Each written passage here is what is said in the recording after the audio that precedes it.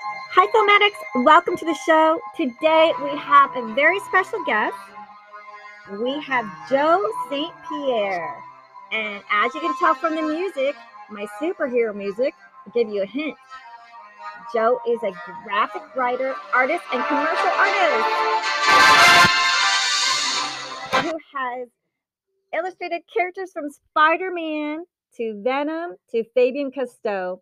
He's also a storyboard artist, and his publishing company, Astronaut Inc., has amazing comic books that you got to check out from New ZODIAC, the Bold Blood, and the Megahertz. So let's welcome Joe St.Pierre to the show. Welcome, Joe. Thank you very much. It's a pleasure to be here. It's nice meeting you, Marilyn. Yeah, it's so awesome to have a comic book writer, publisher. You've worked on so many amazing things. I know. Yeah, I want to ask you. Our listeners are all around the world. Thank you to our amazing listeners. We're hitting #1 in countries, and they're enjoying it. So they probably want to know where do you live in the world? Where do I live in the world? I'm just outside Salem, Massachusetts, the notorious witch trial town. And, I'm about a 5-minute walk from the monument where the trials actually happened. So it's very spooky in the fall, and it's kind of cool. Oh, wow. So you're in Salem, Massachusetts. Pretty much. So did you grow up there your whole life too? I did not. I grew up in upstate New York, near Albany, in a little town called Cohoes, New York, and then spent about 20 years in New York City proper, and then I've been popping around from one place to the other, and finally settled here probably about 10 years ago now. Ooh, what drew you to Salem, Massachusetts, of all places where the witches are, right? Yeah, probably. Let's stick with that. It's much more exotic and exciting sounding. It sounds more exciting to say, "Hey, I was attracted to the mysticism of the atmosphere," rather than, "Oh, I got a job in Salem." Okay, all right. Because I was wondering if that had any influence as a comic book writer. You have all those interesting stories, and you know if you're working on Venom or Spider-Man or the Zodiac or Bold Blood or Megahertz. Did you get any Yep. ideas that just like you're walking around and like a little ghost tapped you on the shoulder and said, Megahertz? I can't tell you how many ideas that I got. They're kind of still in development, but yeah, I've always been fascinated by this kind of not only this area but that time period. You know, what caused those kind of things, and I have kind of touched on the subject matter, the witch trials, in one of the comic books I did some time ago. It was called Secret Weapons, and there was actually a story about the witch trials, but I didn't know anything about it really at the time. You know, I didn't live there. I was living in New York City at the time. And now, since I've been here, I've actually been to the libraries and done even more research. So I have quite a bit of kind of minutia about the processes and what caused the hysterics and stuff like that. The political machinations, is that a word, that was happening, that kind of were that were colored by this kind of religious mystic kind of stuff. So it's kind of sad, right? Like you could get rid of your enemies and like, oh, I want to own their house. Which, yeah, you know what I yeah, mean? Like it's awful. exactly, It's really awful, exactly, right? Yeah. exactly. And how relevant it is today too. You know, to accuse your enemy of something in order to acquire their property or their power or whatever. It's 100% relevant today, don't you think? Yeah, so let's make a superhero that protects those people that are good from the bad people. Oh, wait, you write superheroes, and even I write superheroes too for my kids podcast, Enchanting Book Readings. Cool. Yeah, if anyone wants to check it out. Maybe we'll have to talk about that. Maybe you can help me draw some and publish some and work together. Sure. Ow! That's what I do for a living. Oh, yep. Cool. We'll have to talk to that. So you can hear it first right here. But I have a question because, like, if okay, so you're in Salem. I have to ask you. I mean, because everyone's gonna say, "Ask the question, Marilyn. Ask the question." Have you run into any ghosts or anything, or seen anything? I have not. No, not in my entire life. But I talk to a lot of people who have, who have, their legs tugged at night and things like that. But I have not had the experience. I'm totally open to it. I think it's possible. I have a character in the new ZODIAX that focuses on that exact subject matter. She's a ghost buster kind of character. So I've always been fascinated by that too. And but I've not had the experience personally. Have you? Well, I live in Hollywood, West Hollywood, and Yes. some of the hotels, like yes, the Roosevelt Hotel, absolutely Roosevelt Hotel in Hollywood. I was a bartender, and the beer, the beer tap that you have to pull for it to come on, Hmm. like it would just Hmm. come on by itself, and like it, you would have to pull it forward because like you just moved it a little bit, no beer comes out, but like Oh, no kidding. so it was actually moved, and but the people that work there, the late night crew, there's people that they say the people that stay in the hotel hear the bugle horn, and it's from that actor. Hmm. Forgive me his name, but like some handsome actor, like one of those black and white actors. They would hear Hmm. his horn, and then the kitchen staff things would come on and move. Like the burners would be on, and so a lot of people would quit. Oh, I Yeah, love that. yeah, and then, there's a I think it's one of the guys that do karate. He was staying at the Sunset Hotel. I think they changed the name, but like the Sunset Hotel on Sunset, a famous one, Art Deco. He was in the Okay. room. It's the guy famous for action movies. One of those guys. A No, recent back guy. like in 80s. Oh, back in the 80s, I like a think Bruce Willis or an Arnold or somebody no, like no, that. like, I think they actually are karate guys, like, Oh, okay. yeah. Jean-Claude Van Damme. Yeah, like one of those, like a Claude Okay. Van Damme. I'm not sure if it was Claude Van Damme or yeah, I think we're allowed to say it, but he was in his hotel room and there was a ghost in there. He saw it in the mirror. He Oh, ran downstairs love in it. pajamas and he didn't even go back up and Hmm. said, "See you later," and he checked out and didn't go back up to get Hmm. his things. And then I have to tell you one more because we're on the ghost Okay. stuff. Okay, I'll tell you one more, and then we're gonna be talking about you and all your fabulous Spider-Man art penciling. Oh my gosh! I was at a commercial audition at the Gower Studios, and I guess it's an Hmm. older. It's up the street from Paramount Studios on Gower and Sunset, and we're Okay. waiting to go.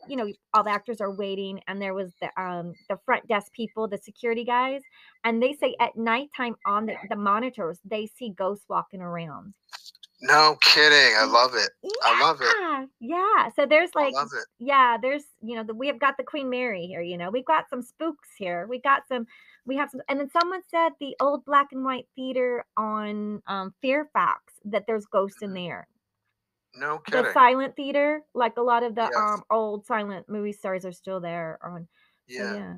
So, okay, Yeah, I love that stuff. I could talk about that all day. Like uh I said, I have a character that's coming up in New Zodiac's Pisces graphic novel that comes out in the fall around Halloween, and she's she deals with exactly what we're talking about here, like the ghosts and what are the ectoplasmic kind of energies that kind of people leave behind when they pass, and I try to scientifically explain a lot of this kind of phenomenon. So it's like a mashup of sci-fi with horror, and that doesn't come out until October. But I love this kind of stuff. I can talk about it all day. Oh yeah, we're gonna have to get you on Ghostly Things and Strange Things podcast. Oh yes, the new one coming out. if, there, Okay, if look there's at just not you. enough with one, because I'm like, Yeah. yeah, the Scorpio in me is like, oh, I started with like the murder, like my favorite murder kind of things, but I just Uh-huh. couldn't do it. I just couldn't. But like Ghostly and stuff like that, like the haunted Uh-huh. house, all about it. Strange things, Uh-huh. aliens or whatever. Uh-huh. Mysteries. I love that stuff. Like that's Me just the too. writer in us, right? So, I think so. Yeah, it certainly stirs the imagination. oh You know, yeah, that's but for sure. I'd be scared if someone tugged on my feet. I wouldn't be able to go to sleep. No thanks. I would be awake all night long with the bat and some bear spray. Well, the one thing that's kind of cool is that in the research I've done is that there's never been a death directly from an encounter with a spirit or a ghost. There's never been, only in horror movies do you see, things like that. Anyone in like real life, however real our existence is, anyone who's encountered that kind of energy, um, there's never been any, fatal harm from it. So that's Just one thing you can take with you. just some scratches.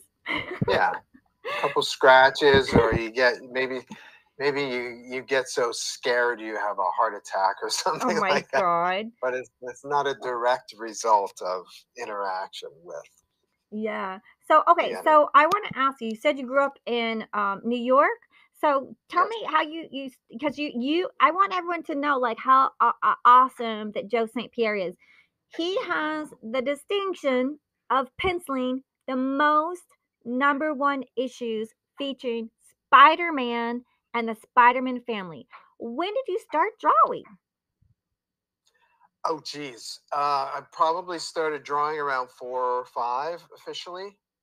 I have comic books that I made myself that go as far back as first grade.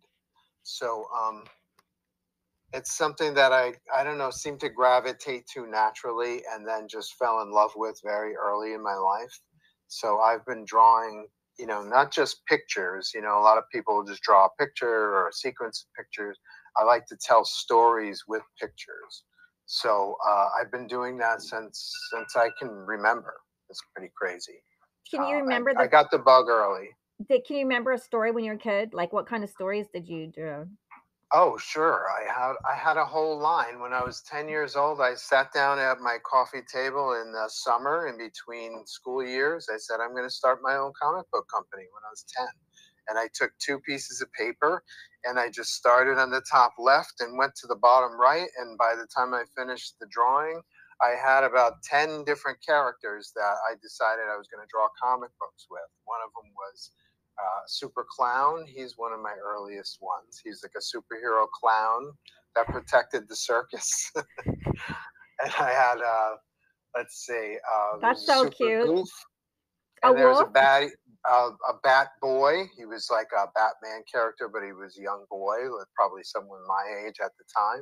10-year-old boy who kind of had wings like a bat. And there's a Space Goof. I had aliens very early in the process. His name was Space Goof.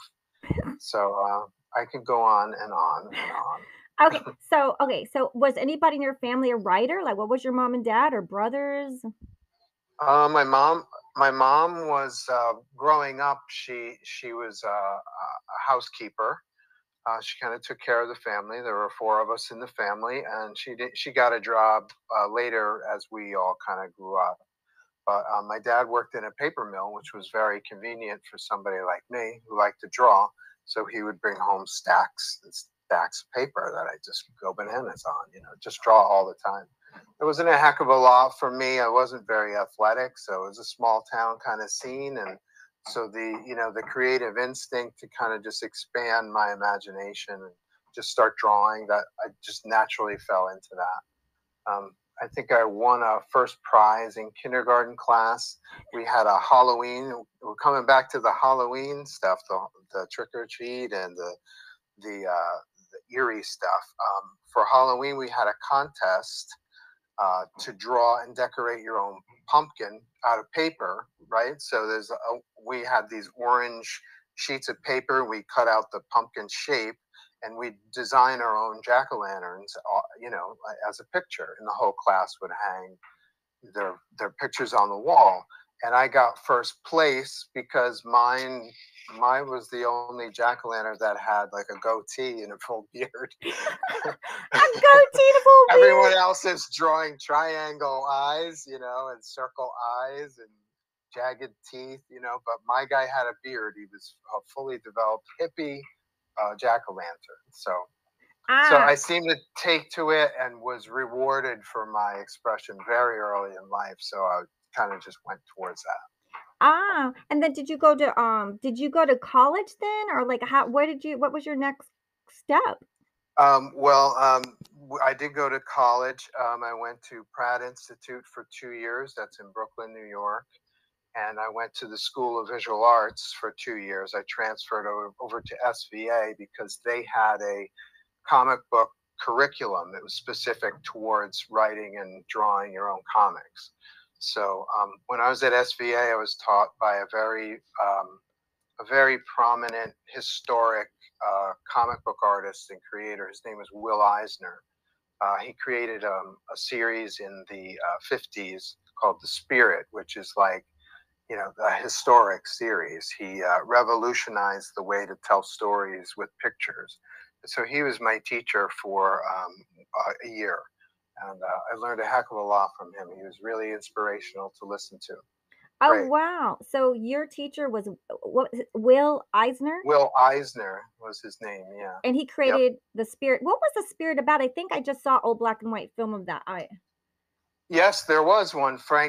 Another comic book artist, Frank Miller, adapted the Spirit property for movies, and that came out maybe 10 years ago now. I forget, but yeah, you have a good memory.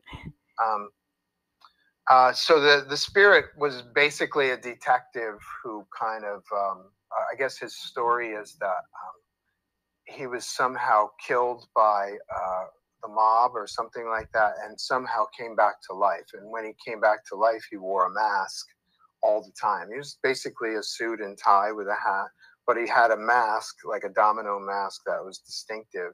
And he kind of helped the cops, solve these kind of exotic crimes. Kind of like, how Dick Tracy had like these kind of odd or unique villains. The Spirit had like a rogues gallery of villains like that too. They were kind of they were unique. They weren't just regular characters. Oh, I And then, love so it. Will Eisner just revolutionized the way to tell a story with pictures. He brought a lot of visual devices and page designs that really kind of revolutionized the field. Yeah. Not That many people even today use those techniques, even though they're 50 or 60 years old now. that's an amazing chance because I think it's really Yeah. beautiful when you meet someone that can be your mentor or your teacher that has Yeah. all this master craftsmanship Yeah. and are just can share it with someone and groom someone else to bloom and nurture them. That's beautiful. Yeah. I equate it with like the equivalent of having Jimi Hendrix as a guitar teacher. You know what I mean? That kind of thing. It's like Jimi Hendrix brought things to uh, record recording that people still struggle to duplicate today. So Eisner was like the comic book equivalent of Jimi Hendrix to me. That's the comparison I always make.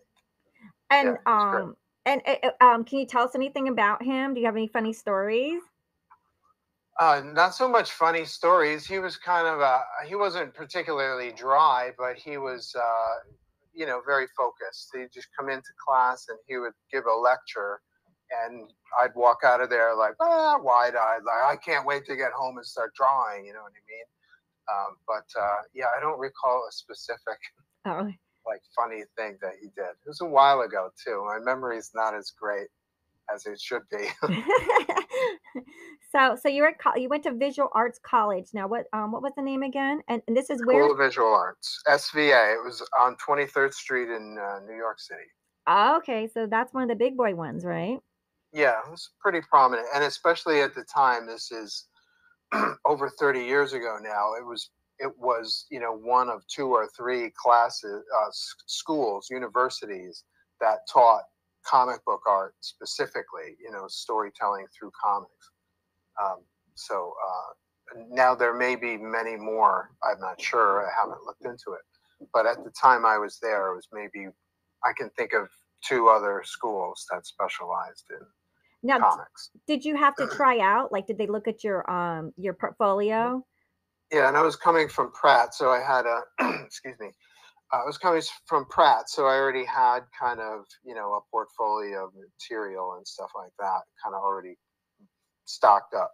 So it was a pretty easy transfer when I did it. Was the Glad I clown did. was the clown included?